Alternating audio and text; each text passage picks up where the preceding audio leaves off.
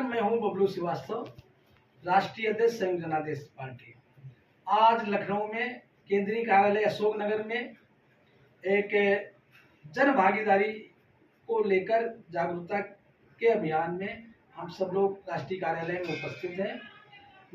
आज हमारे साथ उपस्थित माननीय अनिल त्रिपाठी जी, राष्ट्रीय सचिव संयुक्त जनादेश पार्टी, माननीय महासचिव सोहनलाल शर्मा जी, राष्ट्रीय महासचिव संयुक्त जनादेश पार्टी, माननीय केपी श्रीवास्तव जी, प्रदेश अध्यक्ष संयुक्त जनादेश पार्टी उत्तर प्रदेश, प्रदेश प्रवक्ता माननीय दिलीप कुमार जी, उत्तर प्रदेश प्रदेश महासचिव डॉक्टर विपिन श्रीवास्तव जी, मंडल अध्यक्ष बरेली माननीय अमित श्रीवास्तव जी, मंडल महासचिव माननीय अमित श्रीवास्तव जी फर्रुखाबाद, जिला अध्यक्ष लखनऊ एसपी सिंह, जिला अध्यक्ष हरदोई AK श्रीवास्तव जी, और हमारे सामने उपस्थित हमारे कैमरामैन, नेतागण व समाजसेवी सभी को हार्दिक स्वागत और अभिनंदन करता हूँ।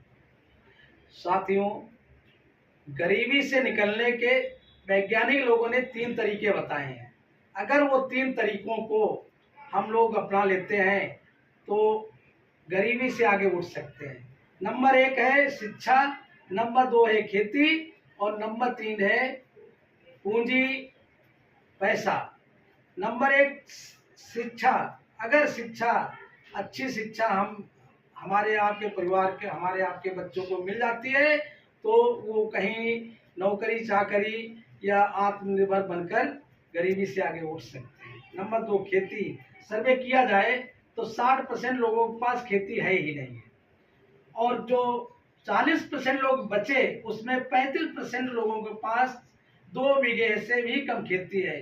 5% लोगों के पास 40-50 बीघे खेती होगी जिससे वो आज अमीर बन चुके हैं, लेकिन 35% लोगों के पास जो 2 बीघे खेती है, उस 2 बीघे खेती से केवल वो अपने परिवार के का पेट पालन कर सकते हैं, पेट भर सकते हैं। बाहर उससे न तो अपने बच्चे का पढ़ाई करा सकते हैं, न दवा दारू कुछ नहीं करा सकते हैं। तो ऐसे में सरकार को चाहिए, संयुक्त जनादेश पार्टी का परिकल्पना यही है कि हर काश्तकार को, भूमिहीन व्यक्ति को 2 एकड़ जमीन दी जाएगी ताकि वो भी मलिकाना हक दिखा सके कि मेरे पास खेती है और अपने परिवार को आगे बढ़ा सकता है। नंबर 3 पूंजी। अगर आपके 2 दरवाजे बंद है, नौकरी है नहीं, खेती है नहीं, तो एक दरवाजा बचा पूंजी। पूंजी से भी आप गरीबी से आगे बढ़ सकते हो। लेकिन अगर हम आपको कहीं कोई व्यवसाय करने जा रहे हैं तो अगर कोई हमें 1 लाख रुपए उधार दे देता है तो हम उस पूंजी से भी कोई कारोबार कर सकते हैं। चाहे डेयरी खोल सकते हैं, भेड़ पालन, बकरी पालन, भैंस पालन, दूध की डेयरी, खाद की दुकान, सैलून की दुकान, कारपेंटर की दुकान, ऐसे कई ऐसे धंधे हैं कि जो आप उस वर्ग से भी आप गरीबी से आगे बढ़ सकते हो। तो पूंजी आज हमारे प्रदेश में क्यों नहीं है, इसका यही कारण है कि CD रेशियो, उत्तर प्रदेश में CD रेशियो है % है। तो उत्तर प्रदेश में बैंक आपको लोन भी 59% ही देंगी।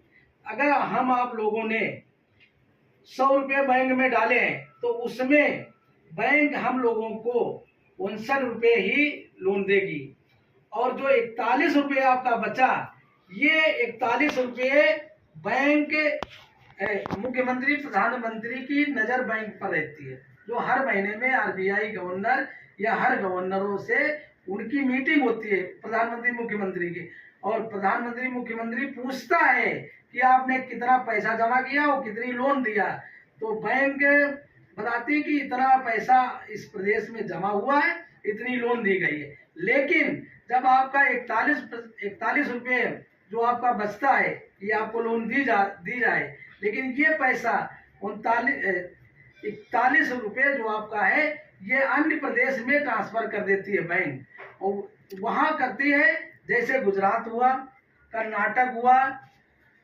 केरला हुआ, और मान लिया ऐसे ऐसे प्रदेशों में कर दिया जाता है जहां पर सीडी रेशियो 90% है। तो सीडी रेशियो जैसे महाराष्ट्र में सीडी रेशियो 90%। यहाँ अगर कोई व्यक्ति उस प्रदेश में कोई व्यक्ति अगर 100 रुपये डालता है तो उसको 90% बैंक। कल फिर हाजिर होंगे नई खबरों के साथ। मुझे इजाजत दीजिए। नेहा श्रीवास्तव।